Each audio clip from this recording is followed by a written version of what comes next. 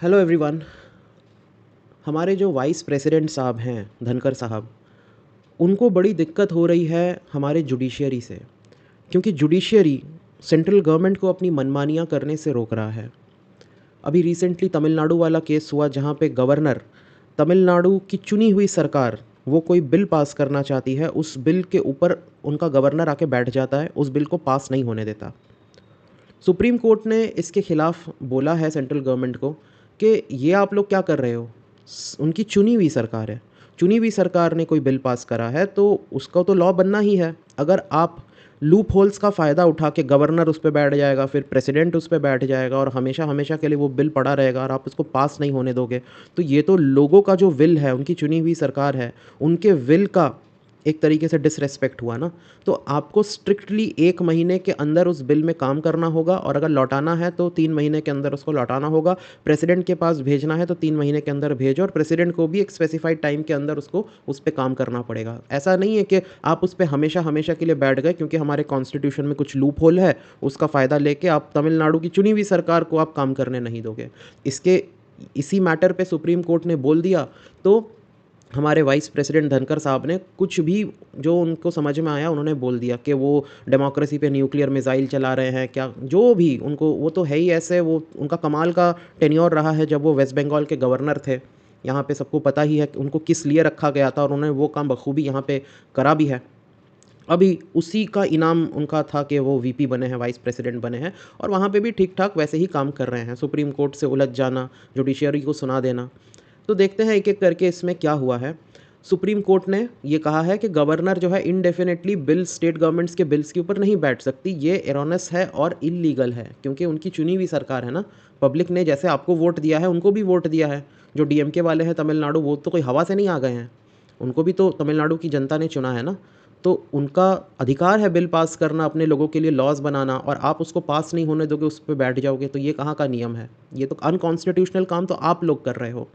तो time limit दे दिया है सुप्रीम कोर्ट ने, स्ट्रिक्ट टाइम लिमिट। उस बिल पे आपको एक्ट करना है 1 महीने के अंदर, रिटर्न करना है मैसेज के साथ तो 3 महीने के अंदर, प्रेसिडेंट के पास भी भेजना है तो 3 महीने के अंदर। प्रेसिडेंट, ये कोर्ट ने क्लैरिफाई किया है कि प्रेसिडेंट के पास ऐसा कोई पावर नहीं है पॉकेट वीटो या एब्सोल्यूट वीटो का। कहीं संविधान में ये दो शब्द लिखे नहीं हैं किसी भी आर्टिकल में। और आर्टिकल 201 ऐसी कोई पावर नहीं देता। आर्टिकल 201 गवर्नर को पावर देता है कि या तो वो बिल को पास करे, या तो वो बिल को वापस भेजे, या तो वो प्रेसिडेंट के पास भेजे कि प्रेसिडेंट भैया आप देख लो क्या बिल को क्या करना है नहीं करना है। फिर प्रेसिडेंट देखते हैं, प्रेसिडेंट को अगर लगता है कि बिल पास हो जाना चाहिए तो पास हो जाता है, वापस भेजना है तो वापस भेज देते हैं। पर उस पर हमेशा हमेशा के लिए बैठे रहना, ये नाइंसाफ़ी है उस स्टेट गवर्नमेंट और उस स्टेट के लोगों के प्रति जिनकी चुनी हुई सरकार ने वो बिल बनाई है। तो ये मेनली जजमेंट आया था तमिलनाडु के गवर्नर आर.एन. रवि के केस में, जहाँ पे वो ऐसे बहुत सारे बिल्स के ऊपर बैठ गए थे। डीएमके गवर्नमेंट जो है वहाँ पे उसके ऊपर बैठ गए थे और एक तरीके से उनको काम नहीं करने दे रहे थे। तो इस चीज़ से चिढ़ गए हमारे वाइस प्रेसिडेंट जगदीप धनखड़।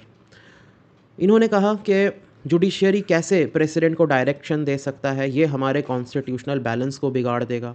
आप जो कॉन्स्टिट्यूशन का लूप होल यूज़ करके लोगों का विल मार रहे हो, उसका क्या। प्रेसिडेंट को आप कठपुतली की तरह यूज़ करते हो, बोलते हो इस बिल को पास करो, इस बिल पे बैठ जाओ, इस बिल को रोक दो, तब क्या होता है। जुडिशियरी का काम है, जुडिशियरी का मेन रिस्पॉन्सिबिलिटी है कॉन्स्टिट्यूशन को इंटरप्रेट करना और कॉन्स्टिट्यूशन की सुरक्षा करना। आप कॉन्स्टिट्यूशन के लूप होल्स यूज़ करके कॉन्स्टिट्यूशनल वैल्यूज़ को ही मार रहे हो। तो यहाँ पे तो सुप्रीम कोर्ट की ही पहली जिम्मेदारी है कॉन्स्टिट्यूशन को आप लोगों से बचाना, और वही काम सुप्रीम कोर्ट ने करा है। यहाँ पे आर्टिकल 142 को ब्लेम कर रहे हैं ये, क्योंकि आर्टिकल 142 सुप्रीम कोर्ट को पावर देता है कि अगर सुप्रीम कोर्ट को लगता है कहीं पे लॉ वायलेट हो रहा है या कॉन्स्टिट्यूशन के वैल्यूज़ को वायलेट किया जा रहा है, तो अगर कोई उस चीज़ में लॉ भी पर्टिकुलरली नहीं है, सुप्रीम कोर्ट खुद से अपने से जाके उस पर जजमेंट दे सकता है। बिना किसी लॉ के सुप्रीम कोर्ट अपने हिसाब से कुछ चीज़ें बना सकता है ताकि मेन जो है कॉन्स्टिट्यूशन का वैल्यू प्रोटेक्ट हो और जस्टिस मिल सके। ये आर्टिकल 142 से इस सरकार को बहुत ज़्यादा डर लगता है, क्योंकि आर्टिकल 142 ही है जो इनको इनकी मनमानी करने से रोकता है।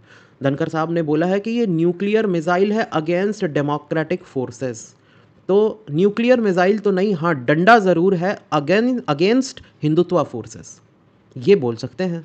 क्योंकि जो काम, जो हरकतें आप करना चाहते हो उसको रोकने के लिए आर्टिकल 142 सुप्रीम कोर्ट के हाथ में एक डंडे की तरह है जो आप लोगों को रोकता है। तो ऑब्वियस सी बात है 142 को ये बहुत ज़्यादा क्रिटिसाइज़ करने वाले हैं। तो जुडिशियरी को ये सुपर पार्लियामेंट बोलते हैं कि सुपर पार्लियामेंट है, वही लॉ बनाती है, वही एग्जीक्यूट करती है, उनका कोई अकाउंटेबिलिटी नहीं है। जब आप कॉन्स्टिट्यूशनल वैल्यूज़ को तोड़ोगे, कॉन्स्टिट्यूशन को खतरे में डाल दोगे, तो जुडिशियरी को तो सुपर पार्लियामेंट या जो भी बोल लो, अपना रूप दिखाना ही पड़ेगा ना। यहाँ पे ये कंप्लेन कर रहे हैं कि कॉन्स्टिट्यूशनल अमेंडमेंट भी करने नहीं दिया गवर्नमेंट को। गवर्नमेंट चाहती थी एनजेएसी को लागू करना, जिससे कि गवर्नमेंट जजेस की नियुक्ति करेगी। तो अच्छा हुआ ना, नहीं हुआ। 2015-16 में ये लोग करना चाहते थे। अगर हो गया होता तो आज जजेस जो है ना, वो काले, वो जो ड्रेस होता है वो पहनने के बजाय हाफ पैंट में बैठे होते सारे जज, अगर ये लॉ पास हो गया होता तो। ठीक है, जैसे वीपी रखा हुआ है आपने, प्रेसिडेंट रखा हुआ है, गवर्नर रखा हुआ है, वैसे ही कोई बंदा आप सुप्रीम कोर्ट में भी आप डाल के रख देते। ठीक है, तो इस वजह से एनजेसी को पास नहीं किया गया 2015-16 में। ये बहुत अच्छा हुआ था। तो ये बात जो है ये कर रहे थे राज्यसभा के जो इंटर्न्स हैं, जो लोग जॉब करने आते हैं, उनको एड्रेस कर रहे थे वाइस प्रेसिडेंट्स एनक्लेव में। अप्रैल 17 की बात है। और यहाँ पे सुप्रीम कोर्ट की अथॉरिटी को वो एक तरीके से चैलेंज कर रहे हैं कि आर्टिकल 145(3) बोलता है कि जब भी कॉन्स्टिट्यूशनल क्वेश्चन पे कोई सुप्रीम कोर्ट की बैठक होगी तो उसमें एटलीस्ट 5 जज होने चाहिए। तो ये इस सुनवाई में 5 जज नहीं थे, तो सुप्रीम कोर्ट के पास अथॉरिटी नहीं है हमारे खिलाफ कोई काम करने का। सुप्रीम कोर्ट का मेन काम है कॉन्स्टिट्यूशन की रक्षा करना, कॉन्स्टिट्यूशन को इंटरप्रेट करना और कॉन्स्टिट्यूशन की रक्षा करना। हाँ, उस केस में शायद उस वक्त 5 जज नहीं थे, मगर इसका ये मतलब नहीं है कि 5 जज नहीं है तो तुम जो मर्जी वो कर लो। इसका कोई मतलब नहीं है। पहला जिम्मेदारी है कि जो अन्याय हो रहा है उसको रोको। वो रोका सुप्रीम कोर्ट ने। अब तो आप लोग भी उतने मासूम तो हो नहीं, आप भी रिव्यू पिटीशन तो फाइल करोगे ही, उसमें बैठ जाएंगे 5 जजेस, क्या दिक्कत है। तो इसका ये मतलब नहीं है कि सुप्रीम कोर्ट की अथॉरिटी को आप चैलेंज कर दो। If there is something wrong going on, supreme court का एक जज भी होगा ना, तो वो एक जज भी उस रॉन्ग डूइंग्स को रोकेगा। ठीक है, उसमें ये नहीं देखेगा कि मेरे पास 5 जज है कि 7 जज है कि 3 जज है कि मैं अकेला हूँ। जो पहली जिम्मेदारी है वो है कॉन्स्टिट्यूशन को बचाना। अगर कुछ गलत हो रहा है, कॉन्स्टिट्यूशन को गार्ड करना, तो वही सुप्रीम कोर्ट ने करा है। यहाँ पे वो कह रहे हैं कि एक तरीके से जजेस जो हैं वो लेजिस्लेटिव और एग्जीक्यूटिव, वही है, पॉलिटिकल बातें हैं। जब आपके खिलाफ कोई चीज़ चली जाए, आप दुनिया भर का इल्ज़ाम लगा दो कि सुप्रीम कोर्ट जो है वो लेजिस्लेचर का भी काम कर रही है, एग्जीक्यूटिव का भी काम कर रही है। जब आप दिन के उजाले में डेमोक्रेसी का मर्डर करोगे तो क्या होगा? सुप्रीम कोर्ट को फिर यही सब करना पड़ेगा ना। अगर आप एक चुनी हुई सरकार का हक मारते हो तो सुप्रीम कोर्ट को तो एंग्री यंग मैन बनना ही पड़ेगा, उसमें बुरा नहीं लगना चाहिए आपको। तो धनखड़ साहब की आदत रही है जुडिशरी को क्रिटिसाइज़ करने की। हालांकि इनकी आदत ये है कि जो भी प्रेजेंट जो गवर्नमेंट है, हमारी अभी की गवर्नमेंट है, उसके खिलाफ कुछ भी जाए, चाहे कोई स्टेट गवर्नमेंट का कोई काम हो, चाहे जुडिशरी का कोई जजमेंट आया हो, अगर सेंट्रल गवर्नमेंट के खिलाफ है उसको क्रिटिसाइज़ करना है। दिस इज़ हिज मतलब सोल पर्पस ऑफ लाइफ। तो जुडिशरी को इन्होंने बहुत क्रिटिसाइज़ भी करा है। यशवंत वर्मा वाले कैश वाले मामले में भी बोला, जो कि ठीक है, वो तो चलो होना चाहिए स्क्रूटिनी, पर इनका इनका जो ट्रैक रिकॉर्ड है बहुत आउटस्टैंडिंग है। नोटोरियस टेन्योर रहा है इनका as west Bengal governor against Mamata Banerjee's TMC government. तो उसी का तो रिवॉर्ड मिला ना, ये वीपी बने हैं। बहुत बड़ा काम था ममता बनर्जी जैसे पर्सनालिटी को एक लिमिटेशन में रखना, ये बहुत बड़ा अचीवमेंट था, इसीलिए वीपी भी हैं। तो और बीजेपी का ये अभी आदत भी हो गया है कि ऐसे ऐसे गवर्नर्स को लगा दो बीजेपी नॉन बीजेपी स्टेट्स में, जहाँ पे उन सरकारों का काम करना मुश्किल हो जाए। यही वेस्ट बंगाल में हुआ, अभी भी हो रहा है। जो नए वाले गवर्नर आए हैं, दिल्ली में होता आया है, पंजाब में होता आया है, तमिलनाडु का तो केस सुप्रीम कोर्ट तक गया और वहाँ पे भी ये सब होता आ रहा है। तो ये उनकी आदत रही है और उसी के बेसिस पे सुप्रीम कोर्ट ने भी काम किया है। दूसरा इनका जो प्रॉब्लम था वो था वक्फ को लेके। जो वक्त का इन्होंने पास कर दिया है लॉ, उस लॉ को अब कॉन्स्टिट्यूशन अभी स्टडी कर रहा है कि ये सुप्रीम कोर्ट अभी स्टडी कर रहा है कि ये लॉ कॉन्स्टिट्यूशनल है कि अनकॉन्स्टिट्यूशनल है। तो गवर्नमेंट को 7 दिन का समय दिया है रिप्लाई करने को। सुप्रीम कोर्ट अभी इस पिटीशन को देख रहा है, कॉन्स्टिट्यूशनल वैलिडिटी चेक कर रहा है कि जो अमेंडमेंट हुआ है ये ठीक है कि नहीं।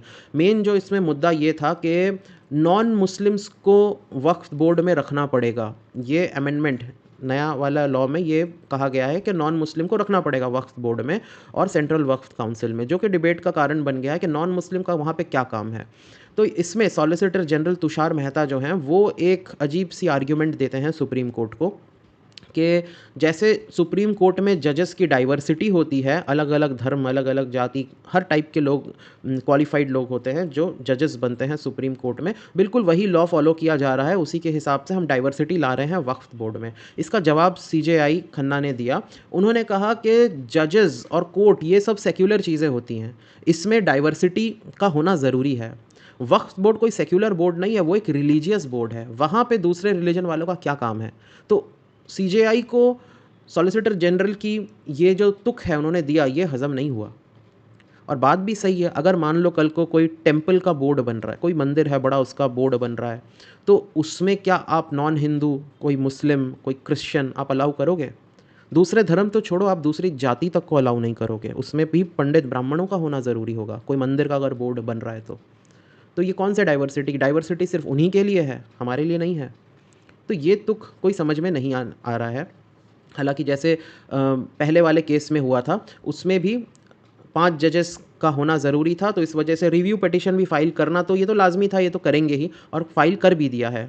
होम मिनिस्ट्री ने एक रिव्यू पिटिशन फ़ाइल करा है सुप्रीम कोर्ट में, ताकि ये जो गवर्नर का ओवर रीच है, गवर्नर के ऊपर जो जजमेंट आया है, इसको दोबारा से सुप्रीम कोर्ट रिव्यू करे। एंड मोस्ट प्रॉबेबली ये 5 या उससे ज़्यादा जजेस का बेंच होगा जो इस चीज़ को फिर से देखने वाला है। आई होप आपको ये टॉपिक समझ में आया होगा। मिलेंगे नेक्स्ट वीडियो में। Thank you.